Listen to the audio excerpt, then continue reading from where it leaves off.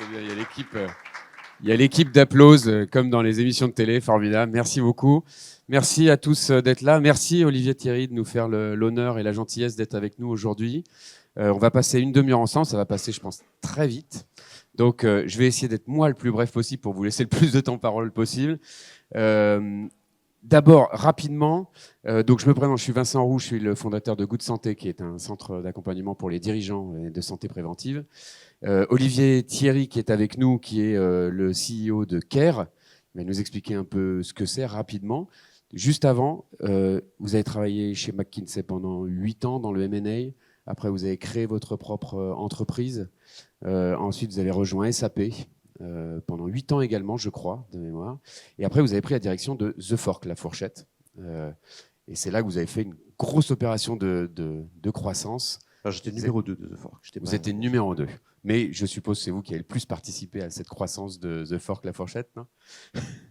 Et après, vous avez pris la présidence de CARE. Rapidement, sur cette histoire, de cette histoire que vous avez vécue, toute cette incroyable expérience, qu'est-ce que vous tirez principalement? Les quelques apprentissages, les 2-3 choses qui vous ont marqué? La première chose qu'on retient, c'est surtout les gens qu'on a rencontrés. Et j'ai eu la chance à chacune de mes phases de carrière de rencontrer des gens extraordinaires, que ce soit chez McKinsey, où j'ai fait 5 ans, pas 8 ans, parce que sinon je serais vraiment encore plus vieux. Donc, ce sont les gens. Et puis, chaque phase de ma carrière m'a permis d'apprendre des choses différentes.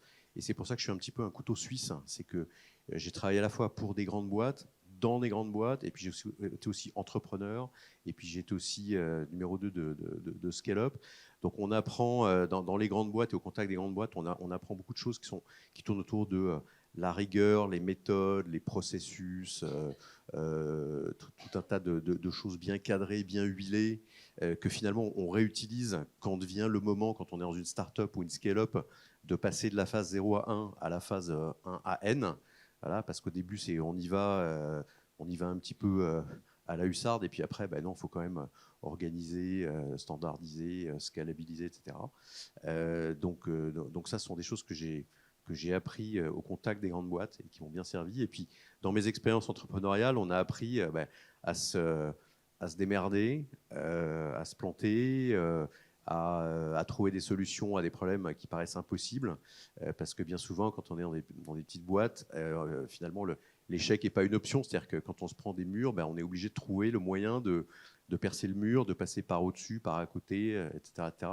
Voilà. Et donc, je pense, aujourd'hui, moi, ce qui me permet de bien faire, j'espère, ce que je fais, c'est cette capacité à la fois à être débrouillard et flexible et agile, et en même temps à avoir une connaissance de ce que c'est qu'une boîte bien rodée, bien huilée, et donc d'importer une partie de cette connaissance pour essayer de faire en sorte que la boîte soit mieux organisée, mieux processisée, pour qu'on puisse grandir sans que ça devienne complètement le foutoir.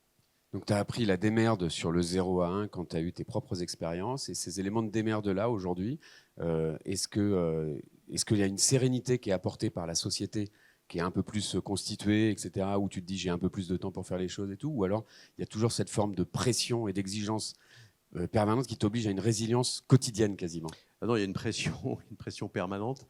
Ça continue à être de nombreuses heures. Et puis, nous, on est dans un secteur, en plus, la santé, qui est très compliqué, qui est très réglementé, et que on est un petit peu disrupteur dans ce secteur. Pour la bonne cause, on essaie de faire en sorte que les choses s'améliorent pour les patients et pour le système de santé dans son ensemble. Et donc, quand on est disrupteur ou disruptif, vous avez beaucoup de conservatisme, beaucoup d'opposition, beaucoup d'antagonisme, que ce soit réglementaire ou corporatiste, etc., avec lesquels il faut composer. Et donc, on a, en fait, même quand on est dans le 1 à N, on continue à avoir beaucoup de surprises, des bonnes surprises et des mauvaises surprises. Enfin, ça, c'est quelque chose dont je me souviens de mes périodes de 0 à 1. C'est-à-dire qu'on a des moments d'extase parce qu'on vient de signer un deal, on vient de lever de l'argent, c'est super, etc. Et puis, on a des moments de super mauvaises nouvelles où on se dit on est mort, on va mourir, c'est la cata, etc. Donc en fait, émotionnellement, on passe un petit peu par des montagnes russes. Et puis on continue à avoir des bonnes nouvelles et des mauvaises nouvelles quand on est de 1 à N. Mais finalement, on a parfois des très bonnes nouvelles et parfois des très mauvaises nouvelles. Mais en fait, on a appris que ces mouvements d'oscillation se gèrent et que parfois les très mauvaises nouvelles, ça permet, en étant créatif, de rebondir et d'en faire des choses bien. Hein, c'est ce que les Américains appellent make a lemonade out of lemons.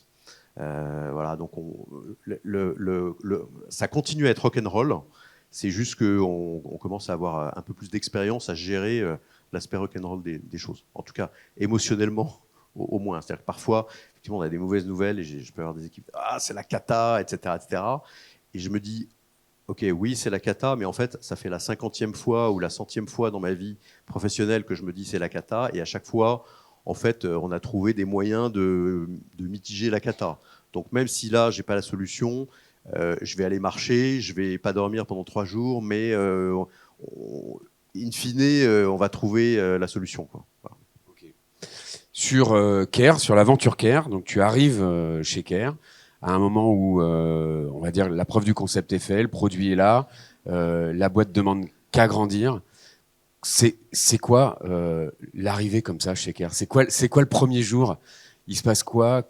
C'est quoi les premières idées, les premiers chantiers, la découverte des collaborateurs, etc. Alors le début, je me souviens de mon premier board, c'est ce qu'on appelle le oh shit board, c'est-à-dire en fait on découvre que quand tu dis le concept était fait, la boîte était déjà de 0 à 1, en fait on découvre que c'est pas le cas. C'est-à-dire j'ai découvert qu'il n'y avait pas de chiffre d'affaires, il y avait des pertes abyssales, il y avait rien, c'était une catastrophe. Et donc là, au bout de 2 jours, je me dis, c'est pas possible, quoi. Donc au bout de 2 jours, je me dis, je pars, je reste pas. Voilà. Et puis voilà. Puis là, 5 ans plus tard, ça marche plutôt pas mal. Donc ce qu'on fait, c'est d'abord un constat de ce qui va bien, ce qui va pas bien, quelles sont les premières choses à faire, et on a toujours un diagnostic de 50 ou 100 trucs qu'il faut faire et qu'il faut changer. Voilà, mais on pourra pas tous les faire maintenant. Donc quels sont les 2, 3, 4 trucs qu'il faut faire? De manière générale, enfin quand on arrive, soit quand on arrive ou quand on passe de la phase 0 à 1 à 1 à N, et là on était plutôt en phase 0,1. Il y a un peu 2 chantiers sur lesquels il faut travailler, c'est les systèmes, les processus, voilà, qu'est-ce qu'il faut mettre en place pour que la boîte qui passe d'une espèce de ce que j'appelle une garage start-up, où on se connaît tous, on bosse tous dans la même salle, tout le monde est au courant de tout, tout le monde fait un peu tout, etc., à une boîte qui commence à être une vraie boîte avec des gens qui sont spécialisés dans leur domaine, qui s'y connaissent bien, qui commencent à scaler, etc. Donc il y a toute la partie processus, les outils, mais que ce soit, enfin même des trucs de base, hein, les outils RH, les outils comptables, les outils de service client, les outils de suivi de la force commerciale. Et puis vous avez aussi les gens, et ça, en fait, c'est la chose la plus importante, parce que vous pouvez réussir que si vous avez les bonnes personnes, voilà, les bonnes personnes avec les bons savoir-faire aux bons endroits au bon moment. D'accord. Bon. Et ouais. C'est beaucoup, mais c'est fondamental. C'est-à-dire que si vous êtes hyper bon, mais que vous avez des gens moyens autour de vous, vous êtes foutu. D'accord ? Si vous êtes moyen, mais que vous avez des gens hyper bons autour de vous, vous avez de bonnes chances de vous en sortir et de réussir. D'accord ? Donc la première. Ça me rassure. Donc la première chose à faire, c'est souvent d'upskiller ou de changer les gens, puis de voir quels sont les gens qui vont vous suivre parce qu'ils ont envie, ils ont faim et ils adhèrent à votre manière de voir les choses, manière de faire les choses, et puis quels sont les gens qui vont traîner des pieds, pas vous suivre ou être antagonistes. Et donc, par exemple, chez Care, j'ai fait venir une directrice financière, un nouveau directeur des opérations, une responsable RH, un directeur commercial, parce qu'il n'y avait pas de directeur commercial. Donc j'ai remplacé assez rapidement, pas suffisamment rapidement à mon sens. Sur une équipe de 25 personnes, donc gros chamboulement. Oui, gros chamboulement, mais chamboulement qui commençait par les execs, parce que voilà, on y reviendra peut-être, mais les savoir-faire nécessaires pour réussir entre 0 et 1, c'est pas les mêmes que pour réussir de 1 à N. D'accord. Et donc, soit les gens, ils sont capables d'évoluer, ou ils acquièrent ces savoir-faire, ou ils les avaient déjà, mais ils étaient surdimensionnés, mais c'est pas grave parce qu'ils sont patients, le temps d'eux, etc. Soit ils évoluent pas, ils les ont pas, etc. Ils n'ont pas ces skills, ou ils veulent pas les avoir, ils sont pas capables de les avoir, et donc il faut les changer, parce qu'en fait, gérer 3 commerciaux en disant allez, on se retrousse les manches, allez les mecs, on y va, on a la niaque, on a la foi, on a un super discours commercial, on a la vision, on sait l'articuler, etc. C'est pas du tout la même chose. Enfin, quand vous avez 3 commerciaux, puis ensuite quand vous en avez 12, bah, c'est plus du tout la même chose. Puis quand vous en avez 40, ou quand vous en avez 100, bah, c'est plus du tout le même profil, les mêmes skills dont vous avez besoin. Voilà, c'est simple. Donc il faut soit vous faites grandir les personnes, soit soit vous en prenez d'autres, vous les changez, soit vous avez déjà des personnes qui ont cette expérience, et donc elles ont la capacité d'endosser le costume qui est plus grand. Mais donc j'ai changé effectivement pas mal de gens. C'est un peu inévitable. Alors parfois ça se fait un peu dans la douleur, avec des gens qui pensent que voilà, vous n'êtes pas sympa parce que vous leur dites qu'ils font plus l'affaire. C'est pas une question d'être sympa. Enfin, mon job, le job de dirigeant, c'est pas d'être sympa, c'est de faire ce qu'il faut faire pour le bien de la société, et des actionnaires et des clients et des fournisseurs et de la communauté. Voilà. Donc oui, j'ai changé pas mal de gens et amené pas mal de gens aussi quand j'étais à The Fork, et donc j'étais numéro 2, j'étais pas le dirigeant, hein, qui était Bertrand Genesberger. J'ai amené pas mal de gens également, aussi parce qu'on a ouvert plein de pays, et moi j'aime bien aussi amener des gens de temps en temps qui ont un peu d'expérience, enfin un peu voire beaucoup, des gens qui viennent de grandes boîtes, mais qui ont la culture, la personnalité adaptée au fait d'être dans une start-up ou une scale-up. Voilà, Et c'est des gens qui te suivent dans tes différentes aventures? Non, Tu as une équipe de fidèles ou non, non. Enfin, parfois, oui, il y a effectivement, il y a des gens de la fourchette de fort que ensuite j'ai amené chez Care, et puis il y a des gens que j'avais connus chez SAP que j'ai amené chez The Fork. Mais ça dépend de ce dont on a besoin au moment où on en a besoin. D'accord. Quand tu reprends ces sociétés, il y a aussi une logique du plafond de verre du fondateur, en fait, initialement, quelque part, s'il en arrive là à passer la main, etc. Est-ce que c'est inévitable, selon toi, d'avoir un plafond de verre quand tu es fondateur? Est-ce que le fondateur, c'est celui qui est capable d'accompagner toutes les phases de développement de l'entreprise ou pas? Alors, il n'y a pas une seule réponse à cette question. Non, c'est pas inévitable du tout. Et d'ailleurs, enfin, il y a plein de fondateurs, y compris, je pense, des speakers qui étaient là ou qui vont être là, qui ont très bien réussi à être à la fois fondateurs et à amener leur boîte à un niveau N, voire N++. Ce qui est inévitable, en revanche, pour le fondateur, c'est de se remettre en question constamment et de s'interroger, de se poser la question sur est-ce que je continue à être la bonne personne pour diriger cette boîte. Et si je ne le suis pas, si je pense que je ne le suis plus, qu'est-ce que je fais? Ou bien, comment est-ce que je fais en sorte de continuer à l'être? D'accord? Parce que moi, j'ai eu la chance de passer par... je suis passé par McKinsey, la grande boîte. J'ai fait un MBA aux États-Unis, donc j'avais un peu de bouteille. Voilà. Mais il y a pas mal de fondateurs qui démarrent assez jeunes. Et finalement, et je vais prendre l'exemple de Bertrand Genesberger, qui est le fondateur de La Fourchette, avec lequel j'ai eu le plaisir de travailler pendant plusieurs années, qui démarre peu après l'école, et en fait qui vont être autodidactes. Souvent, quand on est jeune fondateur, aujourd'hui, l'entrepreneuriat en plus a beaucoup plus le vent en poupe qu'il y a 15 ans, 20 ans, etc. Donc on fonde souvent quand on est un peu jeune, et donc on va être un peu autodidacte, on va apprendre sur le tas. Et être intelligent et bosser beaucoup, parfois c'est pas suffisant pour acquérir très rapidement des années d'expérience dans tel ou tel domaine. Donc comment est-ce qu'on fait pour reconnaître ses limites et pour rallonger, pour étendre ses limites? Je pense qu'il faut se questionner tout le temps, il faut se remettre en question. J'ai un ami par exemple qui est CEO d'une scale-up. Alors lui, il demande à son board chaque année, il dit voilà, et même s'il est majoritaire, il dit est-ce que vous continuez à penser, il pose la question formellement, est-ce que vous continuez à penser que je continue à être la meilleure personne pour diriger cette entreprise? Et si vous dites non, on n'est pas sûr, etc., Ok, ça me va. Donc, dans ce cas-là, on discute d'un changement. J'ai beaucoup de respect pour ça. Je trouve ça tout à fait admirable, voire même nécessaire. Donc, comment est-ce qu'on fait pour reconnaître ses limites? D'abord, vous avez un board, donc il faut généralement, enfin, si vous avez bien mis et c'est important d'avoir des board members indépendants qui sont de bons niveaux. Enfin, c'est important aussi d'avoir des board members investisseurs qui sont de bon niveau, mais parfois vous les choisissez pas tout le temps. Alors que vos board members indépendants, vous avez plus de latitude pour les choisir. Voilà, donc essayez de choisir des bonnes personnes.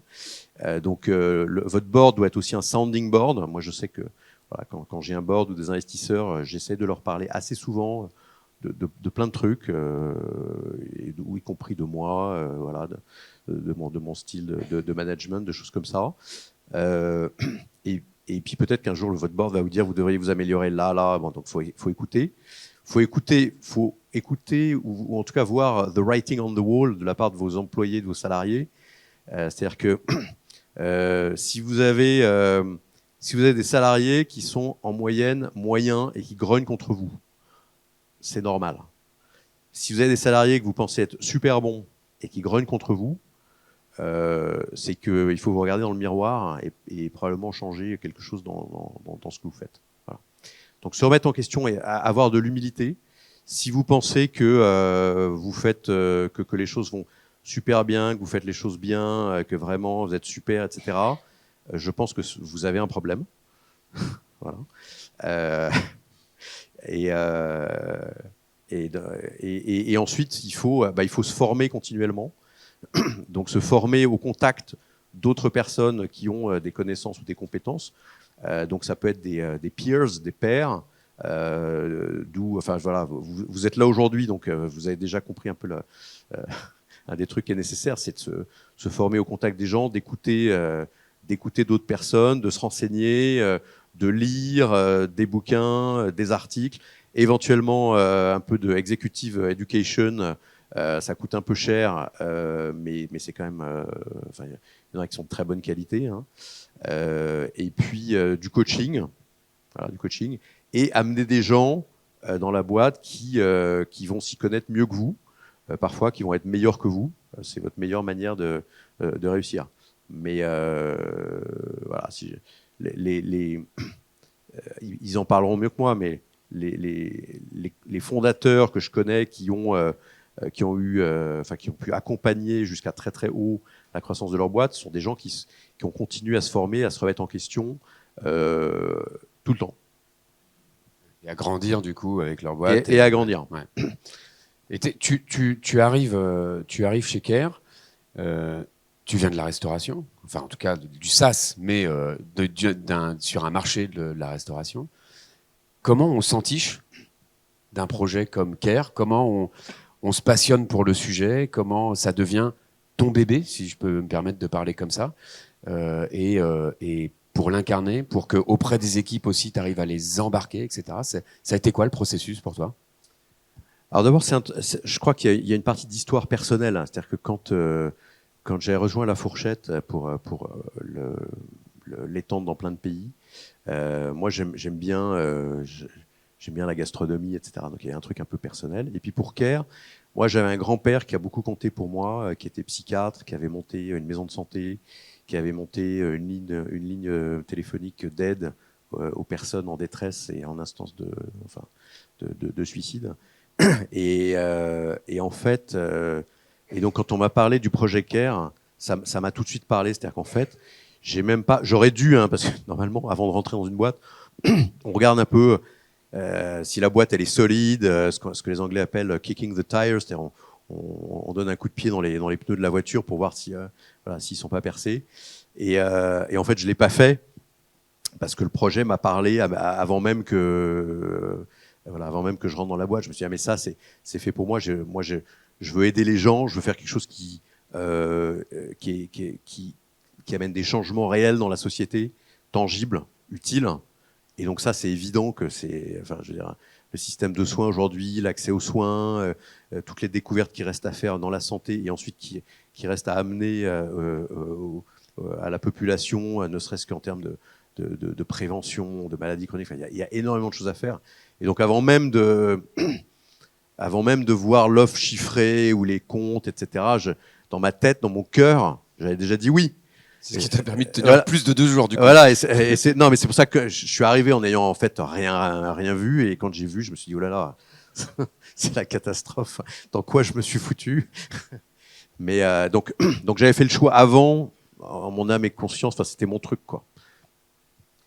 Et justement, après, quand ça y est, on s'est entiché du projet, on a les équipes, on a commencé à constituer une équipe autour de soi aussi qui va avoir les capacités, les compétences pour emmener la boîte plus loin. Comment on gère cette équipe à qui on demande de quand même regarder la ligne du bas, le P&L, parce qu'il faut faire du chiffre, il va falloir commencer à générer du cash flow et tout. Et comment on reste innovant par rapport à tout ça? Parce qu'il faut continuer aussi à suivre les tendances du marché et à être une boîte tech, donc innover en permanence, tout en gagnant de l'argent. Alors, moi, quand je suis arrivé, on regardait pas la ligne du bas, parce qu'elle faisait très peur. Donc, je demandais aux gens de regarder la ligne du haut, parce que la ligne du haut, elle faisait peur aussi, elle était à 0. Donc, j'ai dit, on va commencer. Le premier objectif, ça va être d'atteindre 1 million de téléconsultations en rythme annuel. Voilà. Et donc, je me souviens, chaque mois, j'avais une petite éprouvette, une photo d'une éprouvette, et puis dedans, je mettais une éprouvette graduée, puis je mettais le nombre de téléconsultations par mois. Et puis, je disais, on était là, il faut qu'on atteigne là. Je me dis, oh là là, ça va être long. Mais donc, on a commencé par ça. Et puis, voilà, maintenant, les volumes, le chiffre d'affaires est bien. Et donc, l'an dernier, enfin, un peu plus avant, un peu plus d'1 an et demi, on a commencé à dire, bon, enfin, plus que ça même, on a été quand même assez focalisé aussi sur le bottom line, en disant, bah oui, parce que, en fait, si votre bottom line est très mauvais, il faut continuer à lever de l'argent. Lever de l'argent, ça veut dire qu'on consacre du temps à ça plutôt que de consacrer du temps aux opérations et à la création de valeur.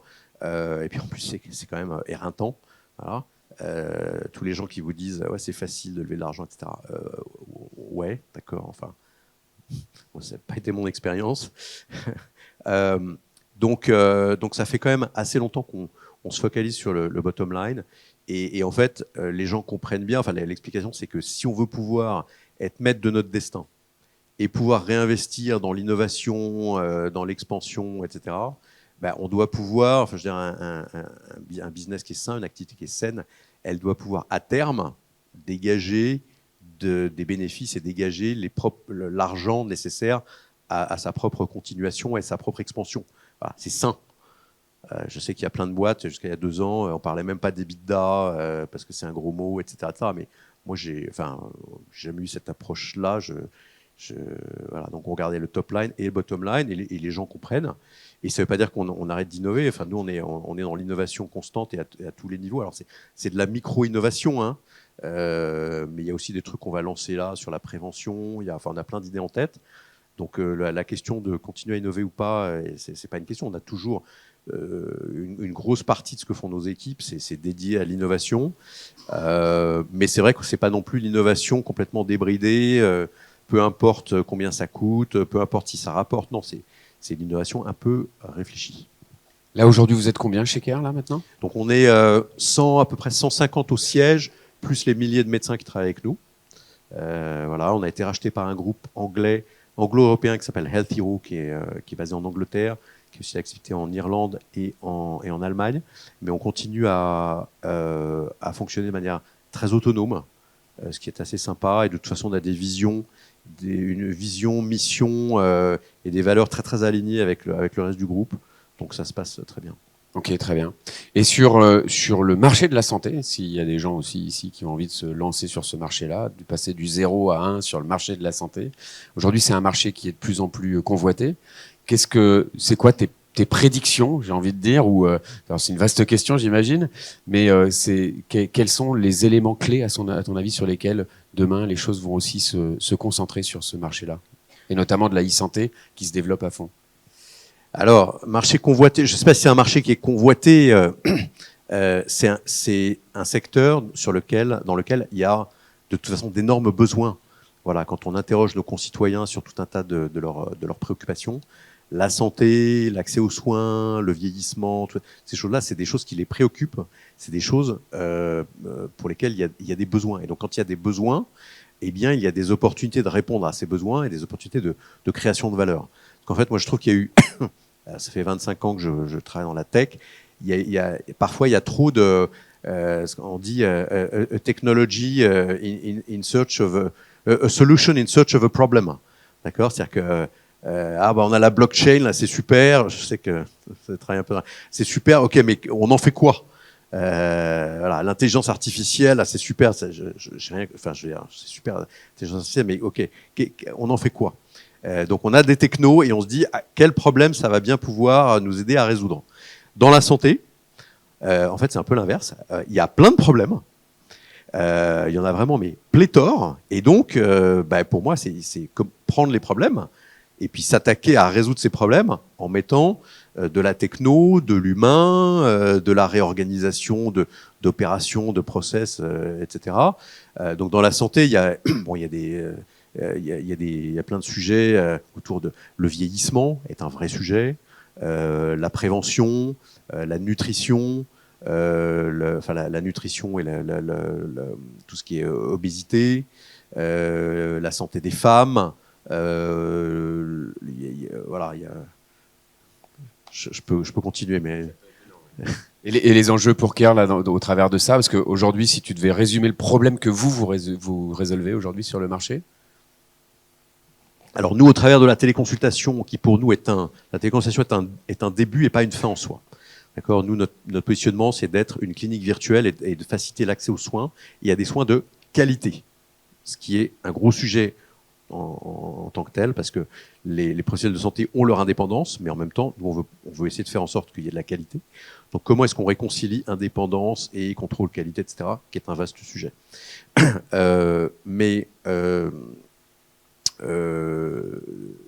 Donc, j'ai oublié ta question. C'était aujourd'hui, qu'est-ce que le problème que vous résolvez aujourd'hui sur le. Oui, donc aujourd'hui, le problème qu'on résout, qu'on contribue modestement à résoudre, c'est la difficulté d'accès aux soins. Voilà, les gens qui sont dans des déserts médicaux, qui n'ont plus de médecins, les médecins qui sont partis à la retraite, et donc qui ont besoin d'un médecin, qui ont besoin de parler à un professionnel de santé, et ils n'en ont pas. Et donc, au travers de la téléconsultation, on parvient à fluidifier l'offre de temps médical disponible sur la France entière.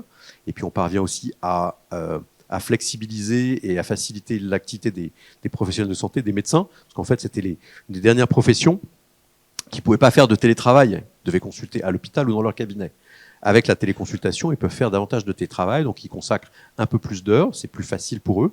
Et donc, nous, on voit, par exemple, quand on fait des questionnaires, on a 2 fois moins de sentiments de burn-out chez les médecins qui travaillent avec nous que dans la population générale des médecins. Donc on facilite l'accès aux soins. Et derrière, ce qu'on veut faire aussi, c'est ajouter à nos outils de téléconsultation tout un tas d'autres outils digitaux, que ce soit des outils développés par nous ou développés par d'autres, pour améliorer la qualité des soins. C'est-à-dire de l'aide au diagnostic, de l'aide à la prescription, de l'aide au suivi, et tout un tas de choses autour de la prévention et des parcours de soins. Donc on a une roadmap pour les 30 ans à venir. Voilà. Sky's the limit. Ce qui fait que c'est passionnant et que on continue à innover parce qu'on a plein d'idées dans tous les sens. La difficulté, c'est plutôt parmi toutes les idées qu'on a, la myriade d'idées, c'est de dire ok, quelles sont les 3 qu'on va faire là ce trimestre et laisser toutes les autres pour plus tard. Et on parlait du 0 à 1 là, juste avant, et puis maintenant tu es bien dans le 1 à N, là pour le coup tu es bien dedans. Ça a vocation du coup, une entreprise comme la tienne aujourd'hui, à devenir de 150 à 800 ou 900 personnes, d'aller à l'étranger avec les questions réglementaires que ça pose, etc. C'est quoi la suite pour vous? Alors la suite, c'est déjà de continuer à bien faire et à améliorer ce qu'on fait déjà bien.